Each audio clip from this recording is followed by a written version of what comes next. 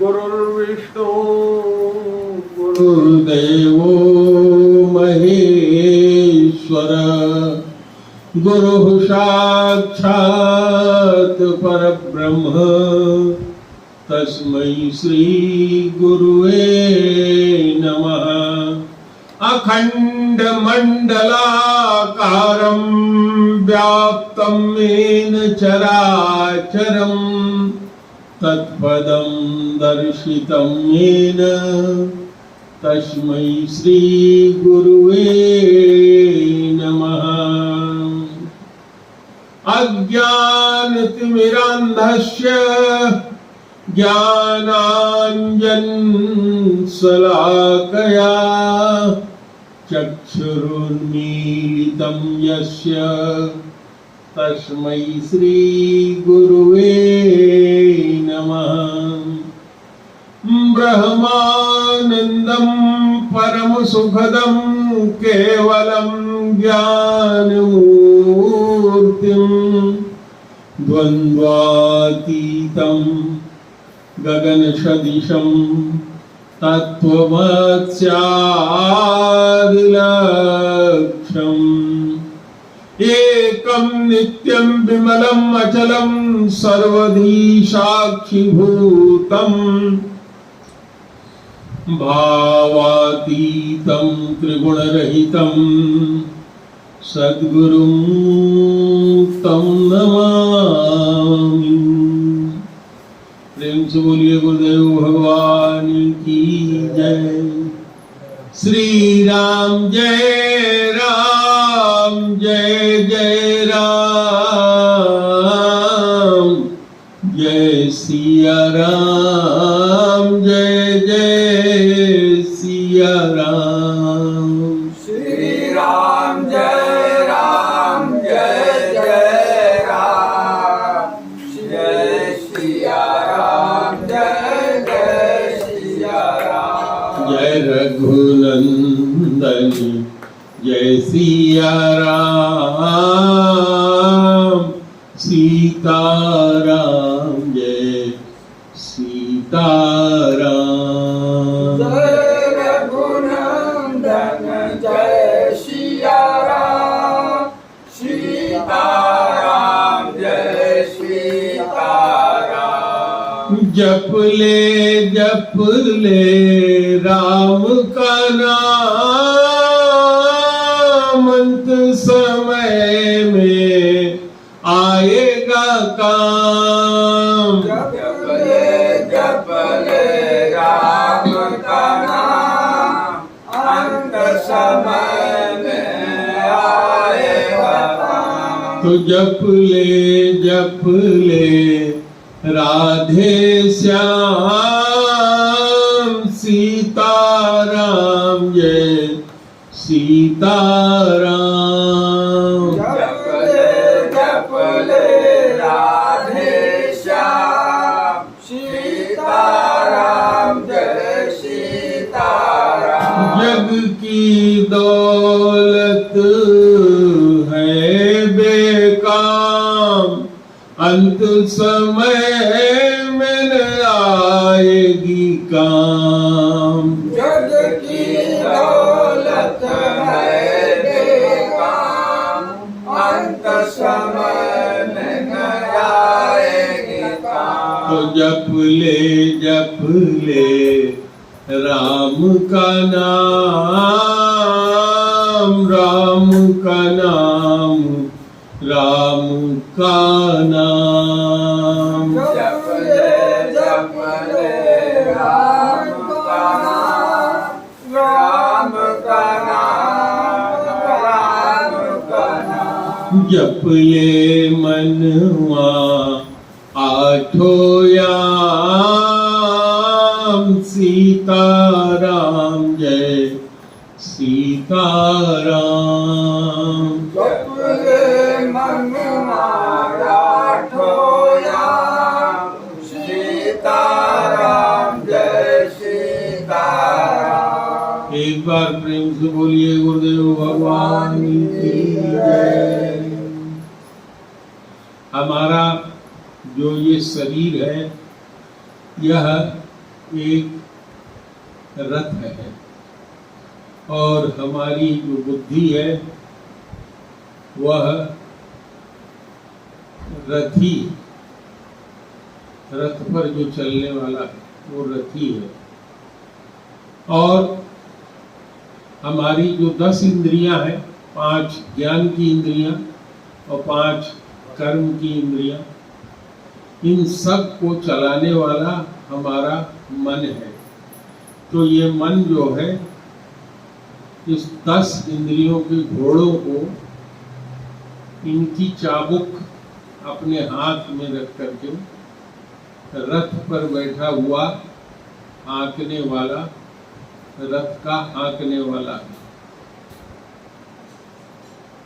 हम जो रथी है जिसको हम कहते हैं बुद्धि, वो ऐसा रथी है जो बिल्कुल भूला हुआ है, अपने को याद नहीं रखता, अपने विवेक को, अपने ज्ञान को, अपने वैराग्य को याद नहीं रखता। और क्या है, वो जो रथ चलाने वाला सारथी है उसी के सहारे बैठा रहता है, अर्थात मन के सहारे। मन गलत काम कहता है तो उसको मजा गलत काम में ही आता है, आनंद उसी में आता है। और मन जब गलत काम करने को चलता है तो जो बुद्धि है, जो रथी है, वो कहती है कि तू जो करने जा रहे हो ये गलत है। लेकिन मन के साथ लगे हुए जो 10 घोड़े हैं उस पे मन कहता है कि कौन देख रहा है, कोई देख तो रहा नहीं है। तो जब कोई देख नहीं रहा है तो जैसे चाहो वैसे कर लो। बुद्धि कहती है कि नहीं, ये जो करने जा रहे हो ये गलत है। फिर कहती है, फिर मन कहता है कि तू चुप रहो, बैठे रहो, आनंद तो तुम भी उठाओगे, चुप मारे बैठे रहो। फिर बुद्धि कहती है कि एक बार फिर सोच लो, जो करने जा रहे हो ये उचित नहीं है, अनुचित, संसार की दृष्टि से भी अनुचित है, परमार्थ की दृष्टि से भी अनुचित है, सब प्रकार से अनुचित है। लेकिन मन कहता है कोई चिंता नहीं, जो होगा एक बार करते हैं फिर देखा जाएगा, आगे नहीं करेंगे। और हम क्या करते हैं, अपने विवेक को बंदी बना देते हैं, उसके कहने की बात नहीं मानते। और यह विवेक क्या करता है, एक बार, 2 बार, 3 बार, 4 बार, 4 बार के बाद फिर वो जागना छोड़ देता है। वो कहता है कि इसको बताने से कोई फायदा नहीं है, ये अपने मन का मनमाना है, जो इसने सोच लिया है वही करेगा। अर्थात कहते क्या है कि आत्मा मर गई, आत्मा मर गई। यानी अब उसको कोई फर्क नहीं पड़ता, गलत करे तो सही करे तो उसने सोच लिया कि मैं ही स्वयं ऑलमाइटी हूँ, मैं स्वयं शक्तिशाली हूँ, मुझे प्रत्यक्ष तो कोई दंड मिल नहीं रहा है, कोई गवाह किसी इस चीज का है नहीं, तो जो होगा वो देखा जाएगा। तो अब इसी में मैं आप लोगों को एक छोटी सी कहानी सुनाता हूँ। एक गुरु थे, उनके 4 शिष्य थे। तो उन्होंने चारों को बुलाया और चारों को अलग अलग सामान खाने वाला दिया और कहा कि इसको मेरे सामने से लेके हट जाओ और ऐसे इसको खाओ कि कोई देखने न पाए। तो एक शिष्य गया, कमरा बंद कर लिया और कमरा बंद करके खा करके सामने आ गया, महाराज आपने दिया था, कोई मुझे देखा नहीं, मैंने खा लिया। ठीक, दूसरा शिष्य बाहर निकला, जंगल में गया, बहुत घने जंगल में जा करके जहां कोई भी देखने वाला नहीं था, दूर दूर तक, वहां उसने खा लिया। तीसरा शिष्य रात्रि होने का इंतजार किया कि दिन के उजाले में सब लोग देखते हैं, मैं इसे रात्रि में खा लूंगा। रात्रि में खा लिया। और चौथा शिष्य वैसे ही अपना सामान लिए लौट आया। गुरुजी ने एक दिन का समय दिया था। जब दूसरे दिन सब लोग 11 बजे पहुंचे तो गुरु ने कहा, हाँ मिस्टर रमेश बताओ। रमेश ने कहा, महाराज इसमें कौन सी बात थी, आपने दिया, कौन बड़ी बात थी, कमरा मैंने बंद किया, जा करके खा लिया। कहे ठीक। उन्होंने कहा, सुरेश तुम बताओ। सुरेश ने कहा, महाराज मैं दूर जंगल में गया जहां कोई भी नहीं था, कोई हमें देखने वाला नहीं था, बियाबान जंगल था, वहां हमने खा लिया। अच्छा बैठे। फिर तिलक राम से कहा, तिलक राम आप बताइए। तिलक राम ने कहा कि महाराज मैंने आपने जो खाने को दिया था, रात्रि का इंतजार किया कि रात हो जाए, तो मैंने रात में खा लिया। चौथा जो शिष्य था वो अयोध्या प्रसाद थे। उनसे कहा कि भाई बताओ अयोध्या प्रसाद। कहे महाराज हम तो इसे लिए हैं पास में। कहे काहे भाई। कहे कि महाराज कोई ऐसी जगह नहीं है जहाँ की कोई देखने वाला नहीं है। तो गुरुदेव ने पूछा कि अयोध्या प्रसाद तुम इस बात को समझाओ। तो अयोध्या प्रसाद खड़े होकर समझाने लगे, कहने लगे महाराज भगवान तो घट घट में व्याप्त है, जहाँ दिन है वहां भी व्याप्त है, जहाँ रात है वहां भी व्याप्त है, जहाँ दिन रात नहीं है वहां भी व्याप्त है, सर्वत्र है, सब जगह है। दूसरा, भगवान ने अपने 14 लोक के अधिपति बनाए हैं, वायु, जल, अग्नि, आकाश। इसी तरह से सबकी तन्मात्राएं बनाया है। वरुण, कुबेर, सुरेश सब देवताओं को नियुक्त किया है, जो हर समय जिनकी ड्यूटी होती है वो देखते रहते हैं। महाराज आपने पढ़ाया था तो कोई ऐसी जगह है ही नहीं है जहां इसको हम छिपा के खा जाएं, छिपाया जा ही नहीं सकता। तो उन्होंने कहा कि मेरा उत्तराधिकारी होने के लायक यही एक शिष्य है। कहने का मतलब क्या है, अगर आप कहीं मेला में जा रहे हैं या अभी हम लोग पुराने आश्रम में चलेंगे, वहां किसी की गिरी हुई पर्स मिल जाए तो उठाते समय आप देखते हैं, या 100 रुपए का नोट मिल जाए, 500 का नोट मिल जाए, तो उठाते हुए दाहिने बाएं दूर तक देखते हैं कोई देख तो नहीं रहा है। अगर कोई देख नहीं रहा है तो उठा के धीरे से जेब में डाल देते हैं, और अगर कोई देख रहा है तो जोर से आवाज लगाते हैं, अरे भाई ये रुपया यहाँ मिला है, किसी का है, किसी का है। अच्छा कोई कह रहा है कि हमारा नहीं है तो हम इसको गुरुजी के पास जमा करते रहे, जिसका होगा वो ले लेगा। तो वो क्या नाटक करता है, जैसे वो बहुत ईमानदार है और उसने गुरुजी के यहाँ जमा कर दिया। लेकिन जो व्यक्ति भगवान को जानता है, 14 लोक पतियों को मानता है, 2 दिशाएं आकाश पाताल, 4 कोण, 4 दिशाएं, 4 4 8 और ये 10। वो जानता है कि हर एक का मालिक हमको देख रहा है, चाहे रात हो चाहे दिन हो। रात का भी मालिक देवता है, दिन का भी मालिक देवता है, हर एक कोने का मालिक एक एक देवता है, हर एक दिशा का मालिक एक एक देवता है, जो सारी चीज नोट करते रहते हैं। और सबसे ऊपर भगवान हमारे हृदय में बैठ करके हमारे मन की एक एक चीज नोट करते रहते हैं। ईश्वर अंश जीव अविनाशी, चेतन अमल सहज सुख राशि। आपके हृदय में ही ईश्वर है। और जानते हो क्या करता है, जब तुम कोई बुरी चीज सोचते हो तो उसको भी वो नोट कर लेता है, और जब कोई बुरा काम करते हो तो उसको भी वो नोट कर लेता है। संसार का कोई स्थान नहीं है, देश काल कहूं विदिशहु नहीं, कोई ऐसी जगह नहीं है, गोस्वामी जी ने चौपाई में लिखा, जो हरि से भगवान से खाली हो। कोई जगह ऐसी है ही नहीं।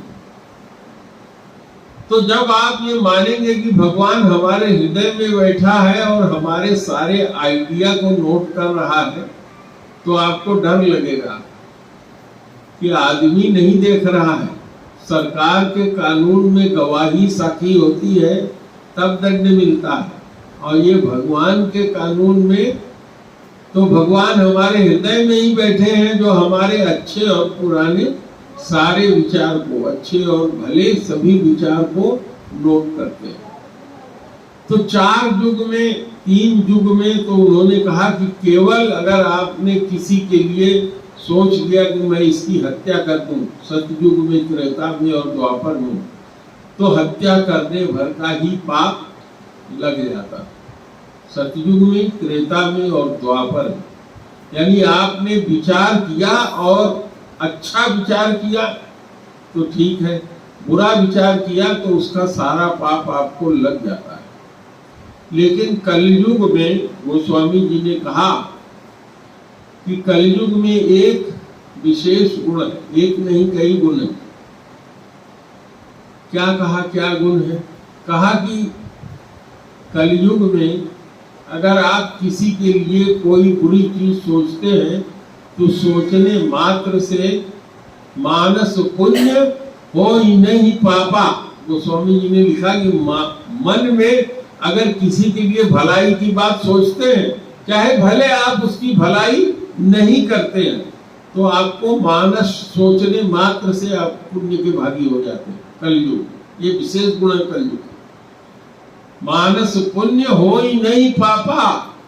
और अगर आप किसी के लिए सोचते हैं आज मौका आएगा, इसको मार डालेंगे, इसको चीट डालेंगे, इसको नोच डालेंगे, तो ये जब तक आप उसको करते नहीं हैं तब तक कलयुग में वो पाप आपको लगेगा नहीं। एक गुण बताया, कलयुग का सबसे बड़ा गुण है और किसी में ये गुण नहीं है। दूसरा, कलयुग सम नहीं आन युग, जो नर कर विश्वास, बिन प्रयास हरि नाम ते, जावे भव के पार।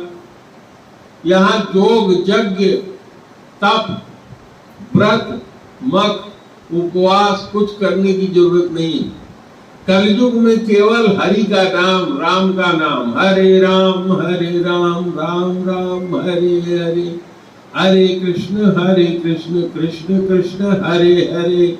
इसमें भगवान के नाम, हरे हरे भी भगवान का नाम है, हे हरि, हरे कृष्ण भगवान का नाम है, फिर हरे, फिर भगवान का नाम है, कृष्ण फिर भगवान का नाम है, राम भगवान का नाम है, फिर हरे भगवान का नाम है। ये ऐसा महामंत्र है कि एक बार में ही बोलने पे 8-16 बार भगवान का नाम हो जाता है। इसीलिए कहते हैं कि हरे कृष्ण कृष्ण कृष्ण हरे हरे, हरे राम राम राम हरे हरे। तो क्या कहा कि कलयुग केवल नाम आधारा, सुमिर सुमिर नर उतरई पारा। कलयुग में केवल नाम ही एक आधार है। और क्या कहा, प्रगट 4 पद धर्म के, कली में एक प्रधान। 4 पद है धर्म के, सत्य, अहिंसा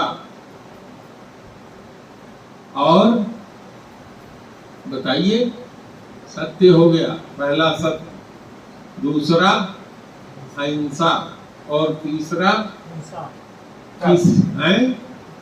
किसी की चोरी न करना, अस्ते, और चौथा दान।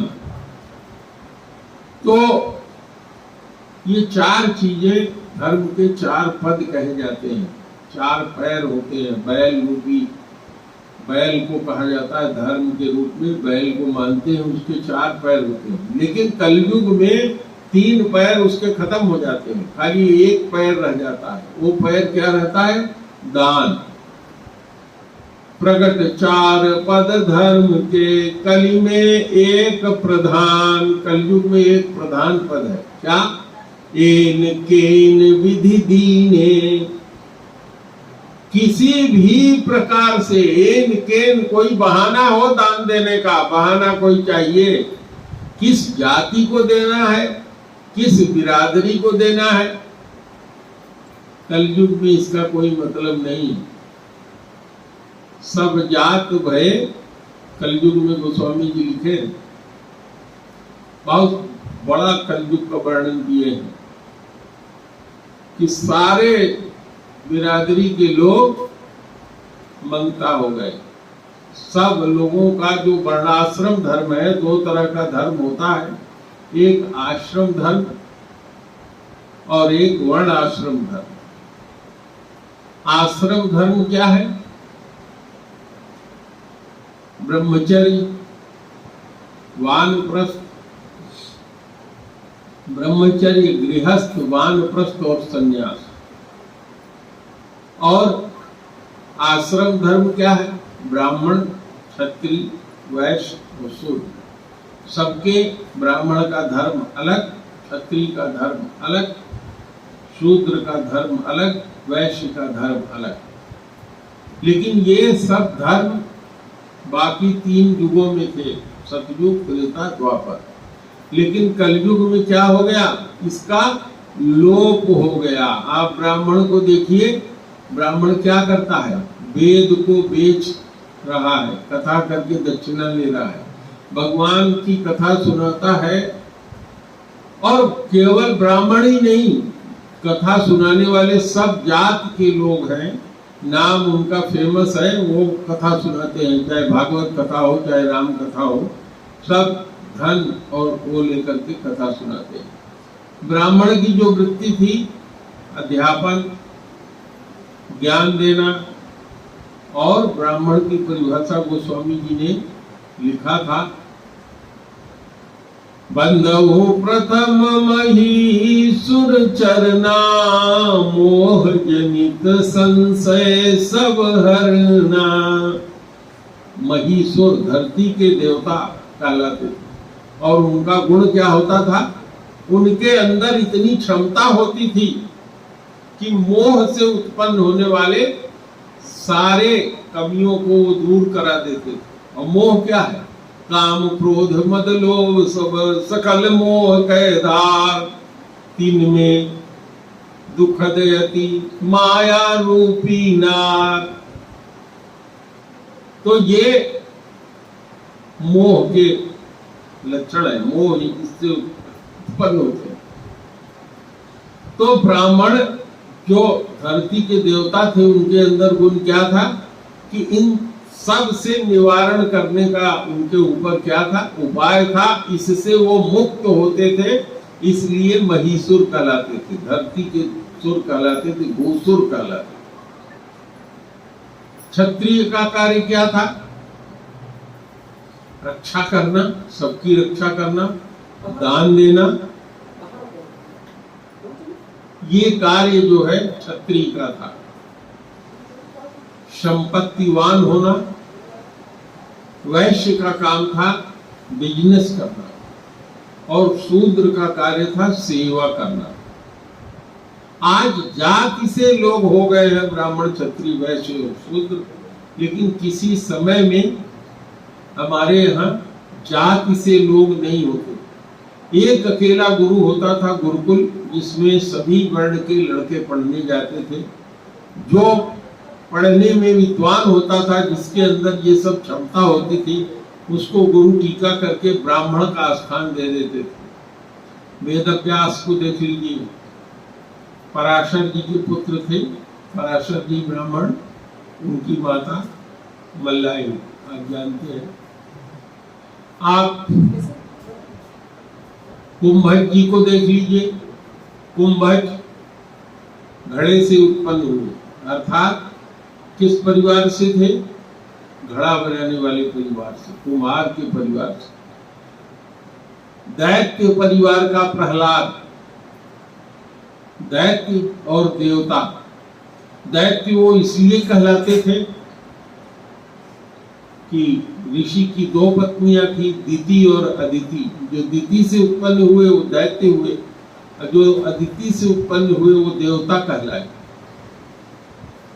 तो दैत्य और राक्षस दोनों में अंतर।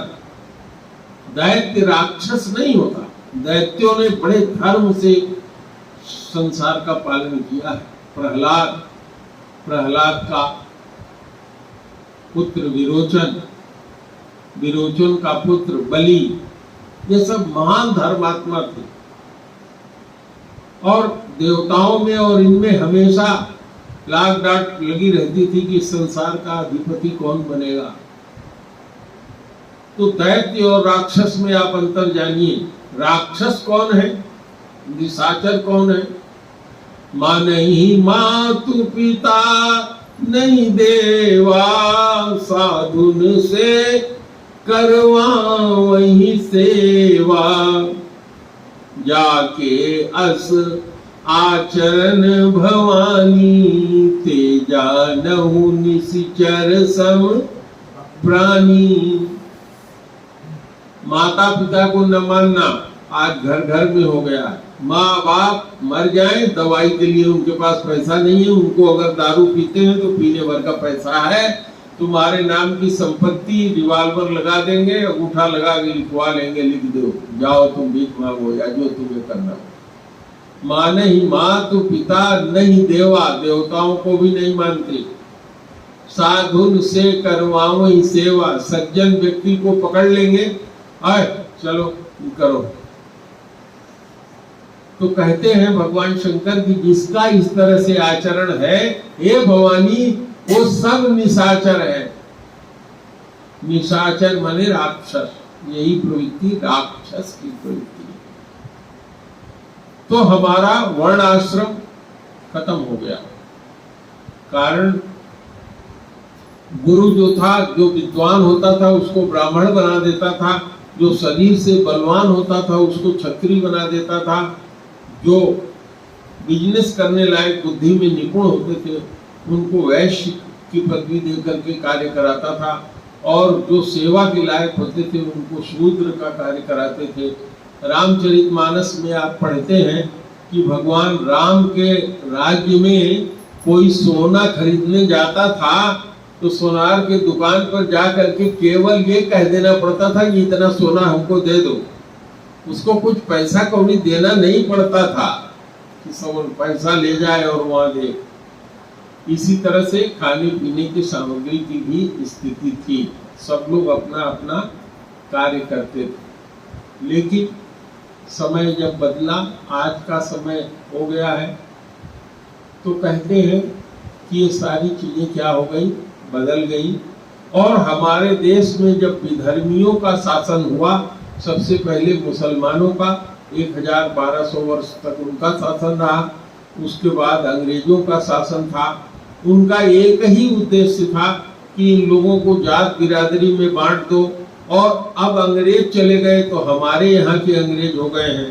वो कहते हैं तू यादव हो तो सपा में हमारे साथ आ जाओ, तू ठाकुर और ब्राह्मण हो तो तू भाजपा वाले हो जाओ, तू हरिजन हो तू बसपा वाले हो जाओ, तू फलाने जात के हो तो तू हमारे साथ आ जाओ, मुसलमान लोग और अनुसूचित जात सब हमारे साथ आ जाओ।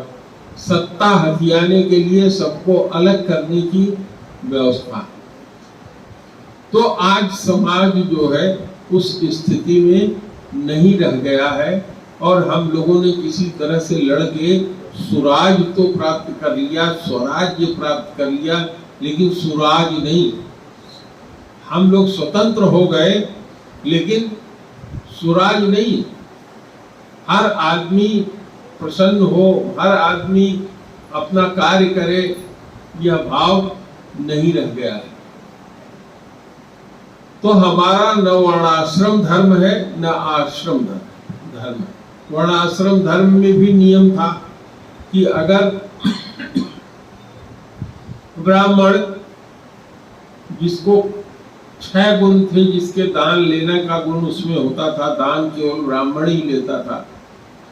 तो अगर दान देना और दान लेना दोनों उसके गुण हुआ करते थे। क्षत्रिय के लिए ये था कि अगर आप अपने उस पर नहीं चल सकते हैं तो विशेष परिस्थिति में गुरु के कृपा से आप ब्राह्मण धर्म अख्तियार कर सकते हैं। इसका उदाहरण भी है महाराज ऋषभ, जो भगवान के अवतार कहे जाते हैं। उनके 100 पुत्र थे, जिसमें से एक को उन्होंने भरत को राजा बनाया। 81 पुत्र उनके ब्राह्मण हो गए, 9 पुत्र उनके योगेश्वर हो गए और 9 पुत्र उनके 9 द्वीपों के राजा हो गए। जो संसार में उस समय 9 द्वीप थे, भारत द्वीप जो जम्बू द्वीप था उसका उन्होंने भरत को बना दिया। इसके अतिरिक्त जो 9 द्वीप थे उसमें 9 पुत्रों को राजा बना दिया। 81 पुत्र उनके मीमांसा दर्शन को मान करके ब्राह्मण बन गए।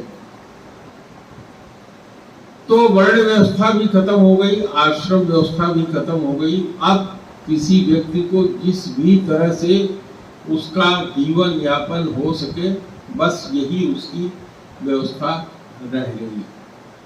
और क्या हो गया, कुछ ऐसी व्यवस्था शासन में हुई। संयोग से जब हम स्वतंत्र हुए, हमारा संविधान जब बनने लगा, तो हमारे इस संविधान में बनाते समय जितने अल्पसंख्यक थे, यानी जो मुस्लिम थे, उनके लिए अधिकार दिया गया कि वो अपने स्कूल खोल सकेंगे, जिसमें उनकी शिक्षा, उनकी तालीमी शिक्षा, जिससे मुसलमान कहे जाते हैं, वो तालीम वो सिखा सकेंगे। क्रिश्चियन वो सिखा सकेंगे, बौद्ध वो सिखा सकेंगे, ईसाई वो सिखा सकेंगे, सिख वो सिखा सकेंगे। लेकिन अगर आप हिंदू हैं तो आपको यह अधिकार नहीं है कि आपका वेद कहीं पढ़ाया जा सके, आपकी स्मृति कहीं पढ़ाया जा सके, गीता का कहीं ज्ञान दिया जा सके।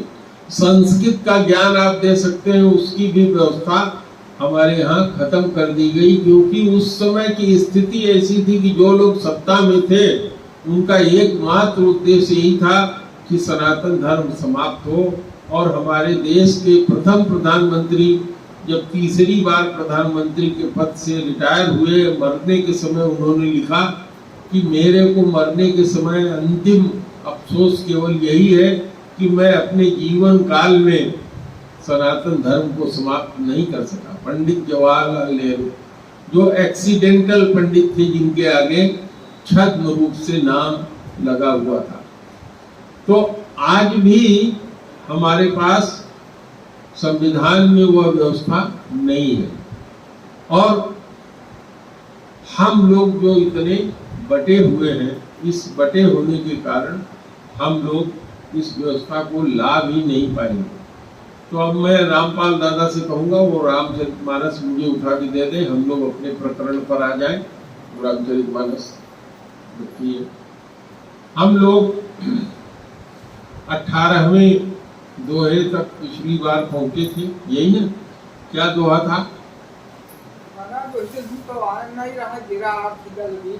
हाँ, आप वहीं तक आए थे। हाँ, तो ठीक है, हम उससे जहाँ तक हुआ है उससे आगे चलते हैं। 18वां था, गिरा आरत जल बीच सम कहियत भिन्न न भिन्न बंधु सीता राम पद जिन्हीं परम प्रिय खिन्न। इसके आगे मैंने केवल एक दोहा तक लिया था। 19वां, वर्षा ऋतु रघुपति भगत तुलसी साल सुदास राम नाम बर बरन युग सावन भादो मास। तो अब इससे आगे हम लोग चलेंगे। जो राम के नाम की हम लोग चर्चा करते हैं, अब हम लोग वहां पहुंच गए हैं। राम के नाम में 2 अक्षर है, र आत्म मात्रा और म। इससे पहले हम लोगों ने उच्चारण किया था कि बंदहु राम नाम रघुवर को हेतु कृषानु भानु हिमकर को। इसमें चर्चा करते हुए हमने आपसे बताया था कि जो र है ये बीज मंत्र है अग्नि का, और जो आ की मात्रा है वह बीज मंत्र है सूर्य का, और म बीज मंत्र है चंद्रमा का। तो ये जो संसार है जिसमें हम लोग रहते हैं, ये तभी तक चलेगा जब तक सूर्य और चंद्रमा है। सूर्य के कारण दिन और रात होते हैं, सूर्य के कारण सारी वनस्पतियां हैं, सूर्य के कारण वनस्पतियां जब हैं तो उसी से हम लोग भोजन पाते हैं और उसी से हम लोगों की जीविका और जीवन चलता है। इसी तरह से जो पौधे हैं, पौधों के अंदर बीज और फल आने के लिए चंद्रमा का होना बहुत जरूरी है। चंद्रमा जब रात होती है तो चंद्रमा की किरणों से बीजों में औषधि गुण आ जाते हैं। वैज्ञानिकों ने एक्सपेरिमेंट करके देख लिया है कि गेहूं के पौधे को उजाला करके दिन जैसा कमरे के अंदर बंद कर दिया लेबोरेटरी में, और उसमें फलत नहीं आई, उसमें गेहूं नहीं पड़ा। और जब उन्होंने 12 घंटा दिन और 12 घंटा रात उनको दिया, चंद्रमा की रोशनी पड़ी तो उसमें गेहूं का फल बढ़िया से आ गया। तो सारे औषधि गुणों का आना रात्रि में आवश्यक है, रात्रि का होना, चंद्रमा का होना आवश्यक है। तो अर्थात यह जो संसार है जिसमें हम रहते हैं, ये राम के बिना नहीं चल सकता, क्योंकि राम में सारा ब्रह्मांड, राम नाम के 2 अक्षर में सब ब्रह्मांड समाया। तो ये इसी कारण है, कहते हैं कि राम नाम के 2 अक्षर में सारा ब्रह्मांड है। और जब आप राम कहते हैं तो राम कहने से, राम का नाम इतना पवित्र है कि उसके कहने से आपकी सारी अपवित्रता मिट जाती है और आपके पाप धीरे धीरे समाप्त हो जाते हैं। और मैंने पहले भी कहा था कि राम राम जितना हमें करना चाहिए, जितना भजन हमें करना चाहिए, वो हम पूरा नहीं करते। 2 मिनट राम राम कर लेते हैं या 5 मिनट कर लेते हैं, तो 24 में से 23 घंटा हम उसके विपरीत कार्य करते हैं, बुराई करते हैं या पाप एकत्र करते हैं। तो हमारे पास पाप की गठरी क्या है? ज्यादा है। पुण्य की गठरी राम नाम की कम है। एक ही राम नाम बहुत है, लेकिन उसका अवसर होना चाहिए। जैसे कि आपने देखा है अजामिल का समय, तो कहते हैं आखर मधुर मनोहर दोनों अक्षर, र आकी मात्रा और म दोनों अक्षर मधुर है, बहुत कहने में सुंदर है, बहुत प्रिय लगते हैं। और मनोहर है माने मन को हरने वाले हैं। वरन विलोचन जन जिय दो, और वर्णमाला रूपी शरीर के नेत्र हैं। जैसे हम लोगों का शरीर है, इसमें आंख अगर न हो तो आदमी अंधा कहा जाता है, उसी तरह से जो वर्णमाला होती है अ से लेकर के क्षत्रज्ञ तक, उसकी ये आंख है।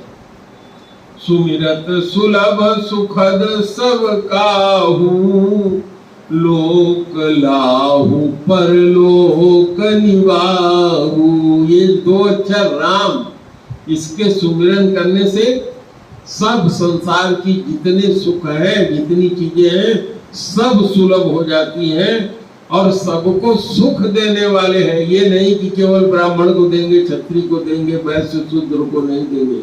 जो भी इसको जपेगा, सुमिरन करेगा, सबको मिलेगा। और इस लोक में उसका संसार की जो गति है उसके अनुसार उसका पालन होना, और परलोक में जाने के लिए परलोक का भी बनाना, ये राम नाम के उच्चारण मात्र से ही संभव है, हो जाता है। कहत सुमत कहत सुनत सुमिरत सुठनी के, राम लखन सम प्रिय तुलसी के। कहते हैं राम में जो रा और म अक्षर है, ये कहने, सुनने और स्मरण करने में बहुत अच्छे हैं।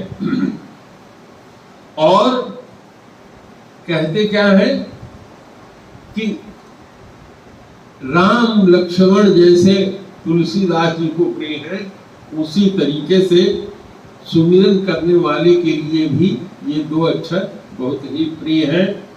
वर्णत बरन प्रीति बिलगाती, ब्रह्म जीव सम सहज संगाती। रा और म दोनों अक्षर अगर इनको अलग अलग लिया जाए तो इनकी जो परस्पर प्रीति है, प्रेम है, वो समाप्त होता है। और ये क्या है? रा और म जैसे ब्रह्म और जीव, जैसे जीव के हृदय में ब्रह्म का निवास होता है, साथ साथ संघात उनकी होती है, एक साथ रहते हैं, उसी तरह से राम में रा और म एक साथ ही रहते हैं। नर नारायण सरिस सुभाता, जग पालक विशेष जन त्राता। ये दोनों अक्षर रा और म नर नारायण की तरह से भगवान का एक अवतार नर और नारायण के रूप में हुआ है। जो लोग बद्रीनाथ गए हैं वो जानते हैं कि आज भी वहाँ नर नारायण पर्वत है जिसमें उनकी तपस्या निरंतर चल रही है। तो वो दोनों साथ ही रहते हैं, नर के साथ नारायण हमेशा साथ रहता है। तो जैसे वो दोनों सुंदर भ्राता है, एक साथ रहते हैं, उसी तरह से रा और म एक साथ रहते हैं। इनका गुण क्या है? ये संसार का पालन करने वाले हैं और विशेष रूप से जो जन है, जो लोग हैं, उनके जितने भी त्रात है, मन जितने भी कष्ट है, उनको हरण करने वाले हैं। भगत सुतिय कल करन विभूषण, जगहिय हेतु विमल विधुभूषण। अगर कोई भक्ति करना चाहता है तो भक्ति करने वाले सुंदर स्त्री के कानों के ये क्या है? सुंदर आभूषण, कर्णफूल है। और जगत के हित करने के लिए निर्मल चंद्रमा और सूर्य के समान है। स्वात तोष सम सुगति सुधा के, कमल शेष सम धर वसुधा के। जन मन मांजु कंज मधुकर से, गीह जशोमति हरिहल धर से। ये दोनों अक्षर क्या है? सुंदर गति यानी मोक्ष देने वाले हैं। अमृत के समान इनका स्वाद है और तृप्ति प्रदान करते हैं। कच्छप और शेष जी के समान ये पृथ्वी को क्या करने वाले हैं? धारण करने वाले हैं। और भक्तों के सुंदर मन रूपी हृदय कमल में विहार करने वाले हैं। और जीव रूपी जसोदा के लिए, अगर जीव को जसोदा मान लिया जाए तो उसके लिए रा जो है कृष्ण और म हलधर। जैसे यशोदा जी के दो पुत्र थे, राम कृष्ण, राम माने बलराम और कृष्ण माने कृष्ण जी। तो उसी तरह से जिह्वा के लिए, जिह्वा रूपी यशोदा के लिए राम और कृष्ण हलधर और कृष्ण के समान है। एक छत्र एक मुकुट मणि, सब वर्णन पर जोई। एक तो छत्र के समान है और एक मुकुट का मणि है, जो जितने भी अक्षर जिसमें र को लिखा जाता है, इसके ऊपर जो उड़ता है, जब र को उड़ाते हैं तो ऊपर की तरफ छत्र की तरह ये तन जाता है। और एक मुकुट के मणि में जैसे सुशोभित होता है, इस तरह से सुशोभित होते हैं, जो सब अक्षरों के ऊपर जाकर के शोभा पाते हैं। चंद्रबिंदु जो देते हैं अंग, तो चंद्रबिंदु रंग चंद्रबिंदु के रूप में, और र जो ऊपर उड़ता है उसके रूप में ये छत्र और मुकुट के समान है। और ये दोनों चीजें रा और म रघुनाथ जी के नाम में, जो रघुबर के राम है, जो रघु के खानदान में राम पैदा हुए, उनके नाम में ये दोनों विराजित होते हैं। तो आज इतना ही। श्री राम जय राम, जय जय राम, जय सिया राम, जय जय सिया राम। श्री राम जय राम, जय जय राम, श्री राम जय राम, जय जय राम। जय रघुनंदन जय सिया राम, सीता राम जय सिया सीताराम। जय रघुनंदन जय सिया राम, सीताराम जय सीताराम। एक बार प्रेम से बोलिए गुरुदेव भगवान की जय।